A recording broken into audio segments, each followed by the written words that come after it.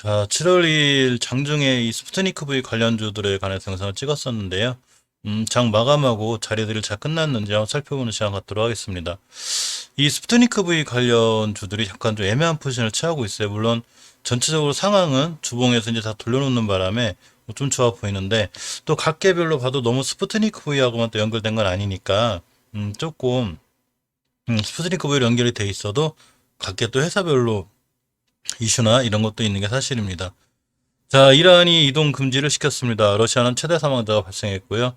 이 델타 변이가 좀 굉장히 심각하죠. 지금 전 세계 비상이라고 합니다. 그러면서 이렇게 감염력 높은 이제 신종 코로나 바이러스 감염증이 델타 변이 확산으로다가 자, 전 세계가 비상에 걸렸는데 이란 정부가 지역 간 이동을 다시 금지했습니다.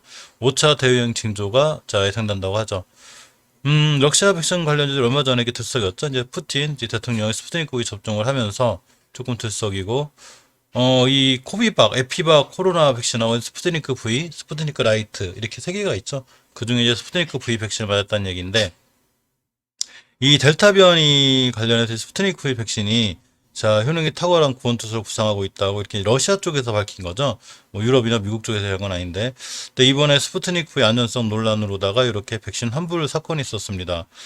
슬로바키아죠. 보시게 되면 이렇게 이제 슬로바키아 정부가 러시아에서 구매한 코로나19 백신 스푸트니크 V 대부분을 되팔았다고 이렇게 로이터 통신이 일날 밝혔는데 조금 이 정부 쪽에서 한번 내용이 있었는가 봐요. 자, 그러면서 이런 기사들이 이제 새벽에 있었는데 사실 이런 기사들과는 별개로 이 주식의 추세가 중요하죠. 그런 뉴스들이 과연 종목에 영향을 미치느냐 미치지 않느냐는 이 추세가 많이 말해줘요. 일단 개별 종목적으로 봐도 휴메딕스는 올해 이 매출과 수익이 모두 늘 것이라고 합니다. 이렇게 기사가 떴는데 꼭 스푸트니크에 관한 아니라도 자체적으로도 또 좋은 이슈들이 있으니까 너무 이렇게 악재 같은데 반응을 하긴 해요. 사실 이제 제약주는 조그만 악재도 흔들리기도 하고 조그만 후재에도 또 크게 반응하기도 하기 때문에 자, 이렇게 조금 신경 쓰이지만 전체적으로 추세를 잘 확인할 필요가 있습니다. 자, 휴온스 그룹이 코로나 백신 바이오 약품 또 에스테틱 3틀의 사업 시동을 걸었는데 며칠 전에 말씀드렸죠. 그래서 휴메딕스를 보면 일단 이 모든 주식은 이 수급에 기인하는데 예전에 한번 대량 거래가 빵 터진 적이 있죠. 이렇게 4월 달에. 그러면서 이 앞에 있는 모든 물량을 싹 잡아놓은 초대형 대량 거래가 터졌고 이 대량 거래가 의미를 갖기 위해선 이 밑으로 떨어지지 않는 게 엄청 중요해요. 이 밑으로 떨어지게 되면 이 대량 거래가 의미가 없고 팔고 나가게 되죠. 하지만 깨지지 않고 있고 특히 장기적으로 추세를 유지하는 5개선이 잘 있기 때문에 잘 끝난 거죠. 저번 주가 이제 금요일 주봉의 마지막인데 역시나 잘 끝났습니다. 5선위에서 깔끔하게 끝났기 때문에 추세를 잘 유지할 수 있고요. 일봉에서 보시면 이렇게 이제 5일선과 20일선 위에 있기 때문에 휴메딕스는 꾸준히 추세를 유지해서 잘 갈 수 있습니다. 또 하나 이렇게 보시게 되면 이제 이 프리츠 바이오파마가 러시아 백신 CMO 이거 본 계약에 이제 기대감이 좀 있고 또 프랑스에서 췌장암 항체 신약 임상이 좀 승인이 났죠. 그러니까 스푸트니크 V 아니래도 역시 프레이즈 바이오 파마도 다른 또 이런 이슈들이 있는 게 사실이고 어 그게 다르든지 스푸트니크 V 관련 영향을 안 받는 건 아니에요. 이제 악재가 나오면 순간 안 좋아지기도 하지만 어쩌로 회사 자체적으로 꾸준히 자 성장하고 있는 건 맞습니다.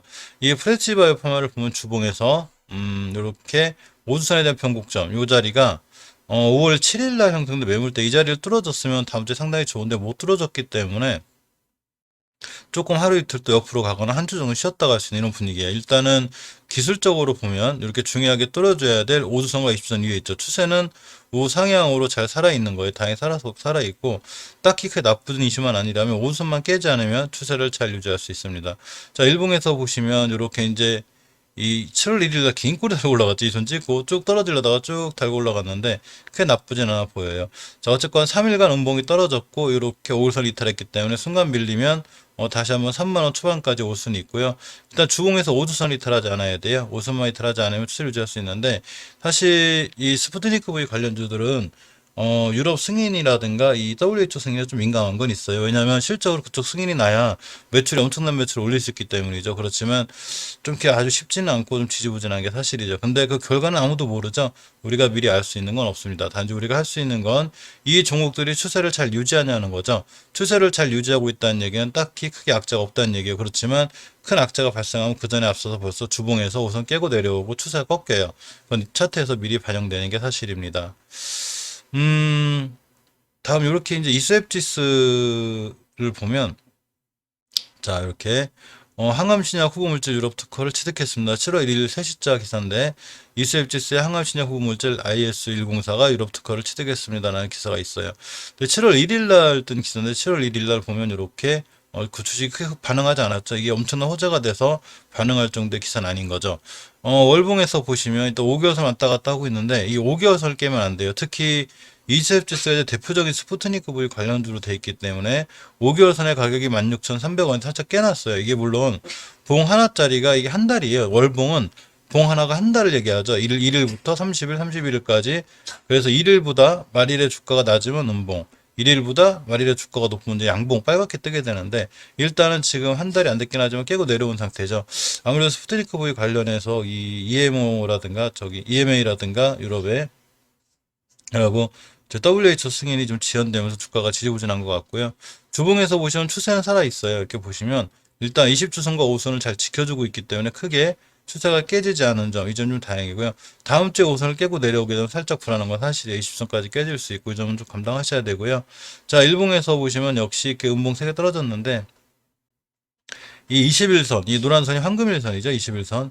생명선이라고 하는데 이 선을 잘 지키고 있어요. 이 선을 잘 지키고 양봉으로 떠서 돌아 나가야 추세가 잘 유지될 수 있습니다. 아직까지 뭐 그렇게 크게 나쁜 상황이거나 그렇지는 않고요. 이 보령제약을 보면 이렇게 이제 관계사 이 바이젠셀이 이제 8월 IPO 청약이 있죠. 상장 몸값이 5천억이라고 그래 대단하죠. 최대 52,700원으로 188만 주를 공모한다고 합니다. 대신과 KB증권 여기서 이제 주관사를 맡을 거고요. 이 관계사의 이 상장 이슈는 사실은 조금 이 본 그사에 영향을 미치기도 해요. 좋은 영향을 미치기도 하는데 그것과 마찬가지로 역시 불용제약 추세가 잘 유지되어 있죠. 월봉에서 보시면 이렇게 5개월 선에 잘 붙어 있고 이 5개월 선만 이탈하지 않는 한 추세는 유지가 될 수 있기 때문에 상황은 굉장히 좋은 게 맞아요. 자, 주봉에서 보시면 역시나 5선 잘 타고 있고 이렇게 이 20주선 위에, 그러니까 주식이 불용제약 같은 경우는 크게 급등하거나 이런 게 아니기 때문에 꾸준히 천천히 우상향하는 주식이죠. 그래서 5주선과 20주선 이탈하지 않는 한 이 추세는 유지될 확률이 있습니다. 일봉에서 보시면 역시 이렇게 크게 막 이때는 급등하기도 했지만 이때 이후로 차근차근 올라갔다 떨어지는 이런 형태, 꾸준히 우상향하는. 따라서 이제 5일선과 21선이 붙어 있는데 이 자리만 깨지 않으면 추세는 무너지지 않고 꾸준히 우상향할 수 있는 상황이 돼요. 거래량도 많이 죽어 있죠. 하루에 지금 47만 주, 20만, 30만 주 뭐 이런데 이렇게 되면서 꾸준히 추세가 유지되고 있기 때문에 크게 급락한다거나 이럴 상황은 아니라고 보여져요. 하지만 이제 항상 특이한 건 제약주는 진짜 조심해야 돼. 이게 변동폭이 어째 세요. 저도 꼭 당하면 제약주에 당하는데. 자, 이화전기는 전기주이면서 자, 스푸트니크 V 연결이 되어 있죠. 추세가 좋아요. 사실 전기주들의 추세는 다 좋아요. 이렇게 보시면 월봉에서 5개월선을 잘 타고 올라가고 있죠. 잘 타고 올라가고 있고 이제 5개월선 60개선을 뚫어줄 건데 그러려면 이 꼬리가 생긴 이 부분에 계속 따라 올라가야 돼요. 이때 꼬리일 때 울렸어도 결국은 다 수익권인 거죠. 그러니까 추세가 이렇게 중요해요. 장기적으로 추세가 유지되는 한 자, 주식은 쉽게 안 떨어져요. 주봉에서 보시면 이렇게 긴 꼬리 달긴 해도 역시 저번 주에 5주선, 10주선, 20주선 한 방에 다 돌파하는 강한 모습을 보였기 때문에 이제 5주선에서만 있으면 추세는 잘 유지가 됩니다. 일봉에서 보시면 이렇게 이제 땡땡이라고 그러는데 저는 이거를 하루 두 번 이렇게 생겼죠. 그러면서 5일선이 21선을 뚫는 중요한 골든 크로스가 생길 거예요. 그러면서 주봉에서 변곡점에 붙여놨기 때문에 순간 급등할 수도 있는 이런 좋은 주식이죠. 사실 전기주들은 상당히 추세가 좋아요. 이렇게 보시면 일진전기가 이제 상당히 핫했었는데, 자, 스푸트니크 V 관련 얘기하다가 전기주 얘기해서 죄송한데, 전기주, 계양적이, 이화전기가 있기 때문에 잠깐만 보고 갈게요. 자, 어차피 일진전기라든가 이런 선도전기, 광명전기, 재룡전기, 전기주들이 전부 다 월봉에서 추세가 쨍쨍하게 살아 있습니다. 다 잘 살아 있죠.